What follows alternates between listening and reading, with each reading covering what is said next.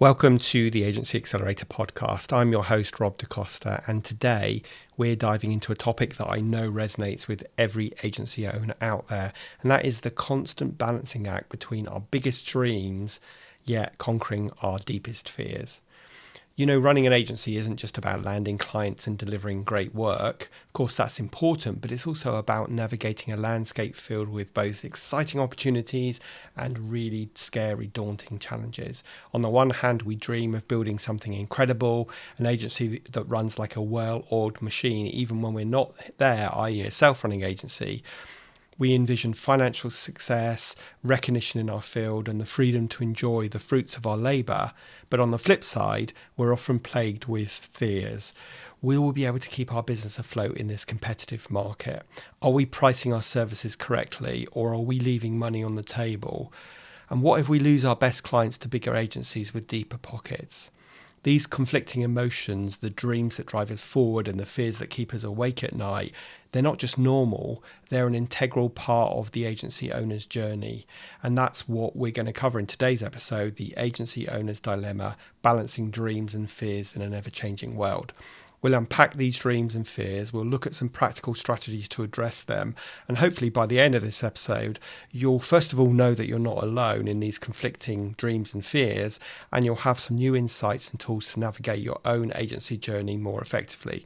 So whether you're just starting out or you've been in the game for years, stick around. This conversation is for you, and I promise it's going to be a valuable one. So let's get started. I'm Rob DaCosta, and this is the Agency Accelerator podcast. As someone who has stood in your shoes, having started, grown and sold my own agency, I know just how it feels in the ups and downs of agency life. So this podcast aims to ease your journey just a little by sharing mine and my guests' experiences and advice as you navigate your way to growing a profitable, sustainable and enjoyable business. Let's dive into this duality that every single agency owner faces. That's the interplay between our grandest ambitions and our most pressing concerns. Look, it's a bit like being on a seesaw, isn't it? If you can remember those as a kid. On one end, we have the incredible dreams pushing us skyward, and on the other, we have these weighty fears trying to bring us back down to earth. So know that you're not alone if you're grappling with these conflicting feelings. Now, I want you to think about your own experience for a moment. Can you recall a time when you felt on top of the world, certain that your agency was on the brink of something amazing? Maybe you just landed that big dream client, or you'd finally cracked a challenging project, or you just hired your star employee. That feeling of potential, of being unstoppable, that's the dream end of the seesaw. But sadly, I bet it wasn't long before the other end came crashing down. Perhaps you started worrying about how you're going to deliver on your promises to this new client, or whether you could replicate your success. That's the fear talking, and it's just as real and as valid as the dream. This constant back and forth isn't just normal, it's actually a crucial part of running a successful agency. I like to call it productive tension. It's this tension that keeps us grounded while still allowing us to reach for the stars. Okay, so let me break it down a bit. On the dream side, we've got aspirations like building an agency that can run without our constant involvement. We envision it being more profitable, not just earning revenue, but keeping a significant portion of that revenue in the agency or in your pocket. We dream of having more flexibility and freedom, of becoming a recognized leader in our field. But for every dream, there's a corresponding fear. We worry about the sustainability of our business. We worry about pricing our services correctly, about losing those clients to bigger agencies. We fear burnout. We struggle with that work-life balance and sometimes doubt our ability to keep up in this ever-evolving industry. Now, here's where it gets interesting. Those fears, as comfortable as they may be, serve a purpose. They keep us vigilant, they push us to innovate and prevent us from becoming complacent. Without them, we might take unnecessary risks or overlook critical details. Similarly, our dreams are not just pie-in-the-sky fantasies. They're the fuel that keeps us going even when times get tough. They inspire us to learn, grow, and push us beyond our comfort zones. And this is why I make sure all my clients have a really clear vision that they stay connected with so they can get through those tough times. In my 18 plus years of coaching agency owners, I found that the most successful owners aren't those that never feel fear or those that just dream big. They're the ones who learn to harness this duality using fears as a compass and their dreams as a North Star. Basically, they feel the fear and do it anyway, which is a great book to read, by the way. Now, as we move through the rest of this episode, I want you to keep this concept of productive tension in mind. We'll be exploring specific dreams and fears and looking at how we can use this duality to our advantage in running our agency. And this is true whether you're a one-person business, a freelancer, or you're running an agency of 20 people. We've all got dreams, we've all got fears. Remember, the goal isn't to eliminate the fear or to achieve every dream overnight. It's to find that sweet spot where fears keep us grounded and our dreams keep us moving forward. That's where true agency growth happens. This episode is sponsored by my coaching program, The Self-Running Agency, the AI edition. If you've ever dreamed about building an agency that's less dependent on you, i.e. a self-running agency, then I have all the tools, the foundations, the templates, the techniques that you need to build an agency that is less dependent on you so that you can get that flexibility and freedom that you craved when you started your agency. And because it's powered by an AI coach, which is trained on my 30 plus years of content, it is at a super affordable price. So head over to dacostacoaching.co.uk/self-running agency AI edition with dashes between each of those. Obviously, the link will be in the show notes as well to learn more. Now let's zoom in on one of the most common dreams I hear from agency owners. That is the dream of autonomy. You know, the one that I'm talking about. It's the vision of an agency that runs smoothly, efficiently, and profitably, even when you're not there micromanaging every detail. Indeed, that's why I created the Self-Running Agency Group to support people on this journey, and we've had some amazing success stories. It's a fantastic dream, isn't it? Imagine being able to take a vacation without your laptop or having the freedom to focus on high-level strategy instead of being bogged down in day-to-day operations. But here's the thing, the dream often feels out of reach for many agency owners. So why is that? Well, the answer lies in the paradox that's at the heart of many agencies. Look, we start these businesses because we're good at what we do, whether that's design or marketing, development or strategy. But the skills that make us great as practitioners aren't necessarily the same skills we need to build a self-sufficient team and create systems that can run without us. So how do we bridge this gap? How do we move from being the linchpin that holds everything together to being the visionary leader who can step back and let the machine run on its own? Let's break this down into actionable steps. First, we need to acknowledge that this transition doesn't happen overnight. It's a gradual process that requires patience, trust, and a willingness to sometimes let things be done differently to how you would do them. Step one is to start documenting your processes. I know it's not the most exciting task, but trust me, it's absolutely crucial. Write down how you do things from client onboarding to project execution to invoicing. This documentation serves two purposes. It forces you to analyze and potentially improve your processes, and it creates a playbook that others can follow. Next, focus on building a strong team. This doesn't just mean hiring skilled individuals, although of course that's important. It means cultivating a team culture where people feel empowered to make decisions and take ownership of their work. Encourage initiative, reward problem solving, and create an environment where it's okay to make mistakes as long as lessons are learned. A crucial part of this learning is to delegate effectively, which so many agency owners are bad at. So start small, identify tasks that don't necessarily need your direct input and hand them over to your team members. Provide clear instructions and expectations, but resist the urge to micromanage. Remember, the goal is to make yourself progressively less essential to the day-to-day operations. Now, this is where many agency owners start to feel uncomfortable. You might worry that stepping back will lead to a drop in quality or that clients will be unhappy if they're not dealing directly with you. These are, of course, valid concerns, but they're also fears that can hold you back from achieving true autonomy. Start by over-communicating with both your team and your clients. Let your team know that you trust them to maintain the high standards you've set and reassure your clients that they're in good hands with your capable team. Another key aspect is to gradually shift your role from doer to coach. Instead of jumping in to fix problems, guide your team through the process of finding solutions. Ask questions rather than tell. This not only builds their skills and confidence, but also reinforces that they can handle challenges without your direct intervention. Lastly, and this might seem the hardest part, you need to be willing to let go. Accept that things might not always be done exactly as you would do them, but know that that's okay. As long as results meet your standards and your clients are happy, the specific method becomes less important. Remember, the goal here isn't to make yourself redundant, it's to free yourself up to focus on the big picture, steering the ship rather than rowing the boat. When you achieve this level of autonomy, you'll find you have more time and mental space to work on growing your agency, exploring new opportunities, and yes, taking that vacation without taking your laptop. Look, I know it's not an easy journey. It won't happen overnight. This is a conversation I've had hundreds of times with clients who don't believe it's possible. But with patience, trust in your team, and a commitment to systems and processes, you can turn your dream of autonomy into reality.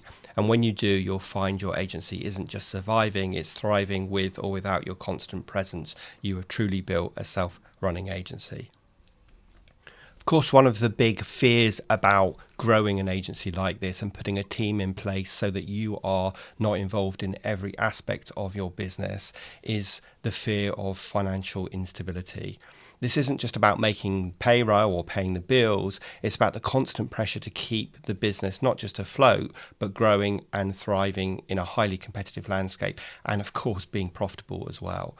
One of the biggest fears I hear from agency owners is this nagging worry: am I pricing my services correctly? Or am I too expensive? Or am I leaving money on the table? It's a valid question, and if you're asking it, you're not alone. The truth is, pricing in the agency world isn't an exact science. It's part art, part strategy, and a whole lot of confidence. Many of us start out by pricing based on what we think the market will bear, or worse, by simply undercutting our competition.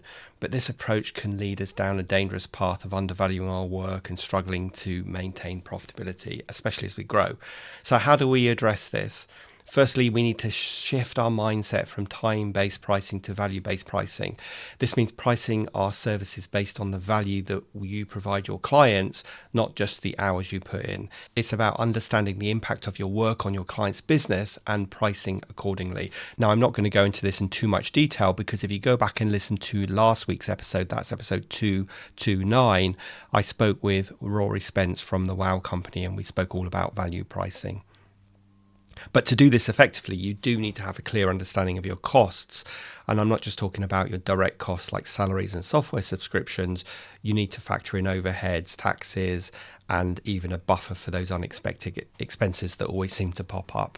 Once you've got a handle on your costs, you can start building your pricing strategy.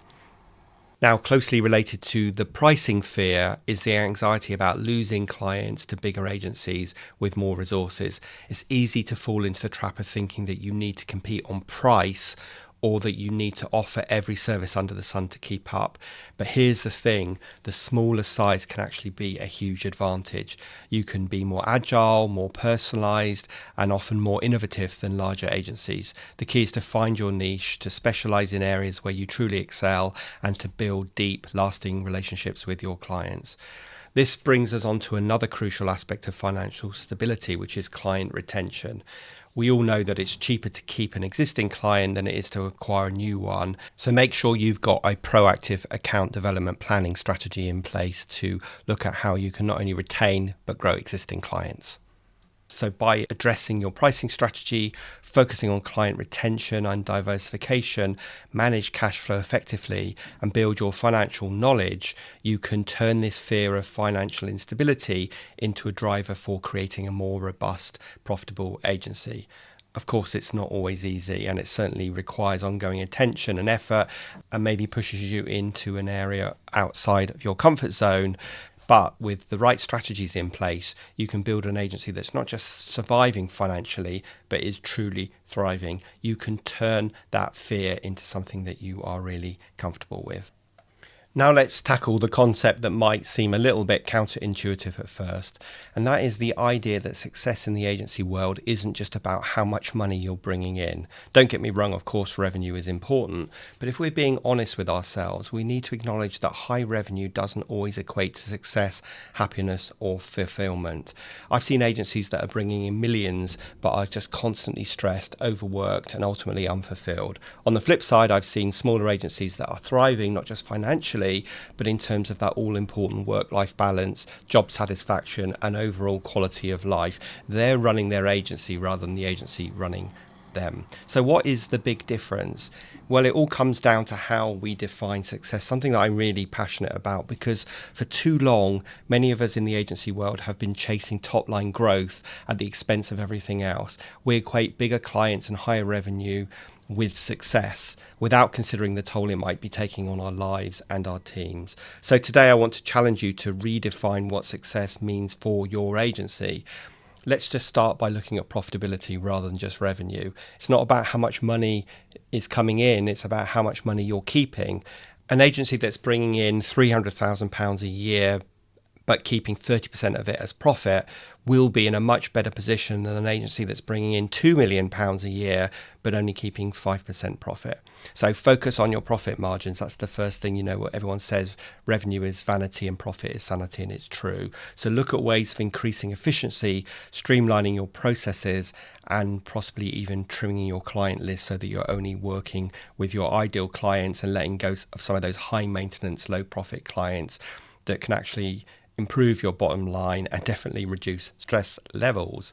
But let's go beyond just the numbers. What about work-life balance? You have to think about why you started your agency, and it wasn't to be working for a tougher boss, longer hours than ever before.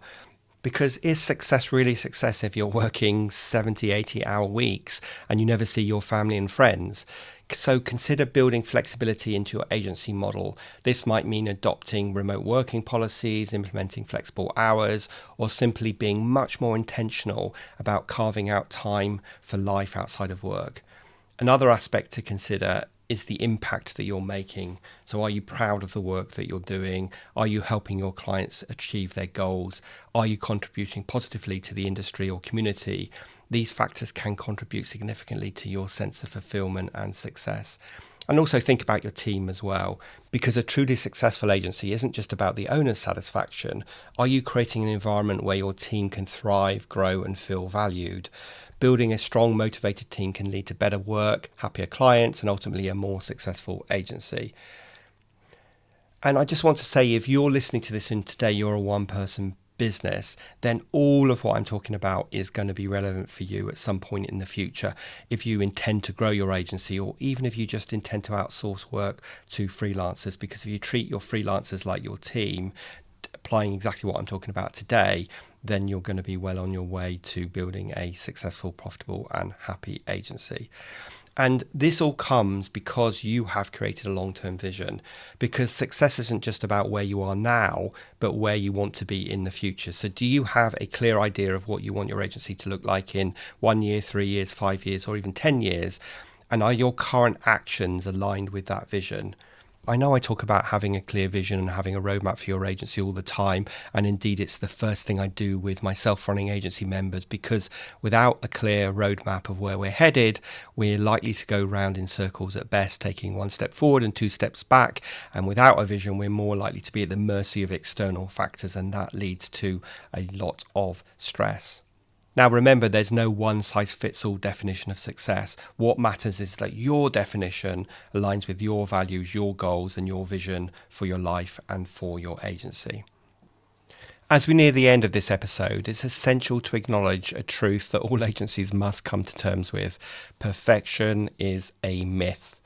In the world of agency ownership, where dreams and fears constantly tug at us, striving for perfection can often lead to paralysis. But here's the key. Embracing imperfection isn't about settling for less. It's about recognizing that growth comes from learning, experimenting, and yes, sometimes failing.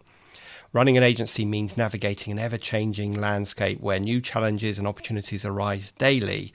You might dream of flawless execution of every single project, of all your projects running smoothly without a hitch. But the reality is that hiccups, mistakes, and setbacks are inevitable, and that's okay. In fact, these imperfections are where some of the most valuable lessons will come from. To effectively balance your dreams with your fears, you need to adopt a mindset of continuous learning. This means being open to feedback, staying curious, and always seeking out ways to improve. It's about understanding that you don't need to have all the answers right now. Instead, focus on growing your knowledge and skills over time, one step at a time. Think of your agency as a work in progress. Each challenge you face, whether it's a difficult client, a ridiculously tight deadline, or financial worries, is an opportunity to refine your approach and get closer to your dreams. By embracing imperfection, you give yourself the freedom to innovate, to take calculated risks, and to push your agency forward without the crippling fear of failure. Remember, the journey of an agency owner is not a straight path. It's a series of adjustments, learning moments, and continuous evolution. So as you work towards balancing your biggest dreams with your deepest fears, give yourself permission to learn as you go. It's a commitment to growth rather than a pursuit of perfection that ultimately will help you achieve the success and fulfillment you seek.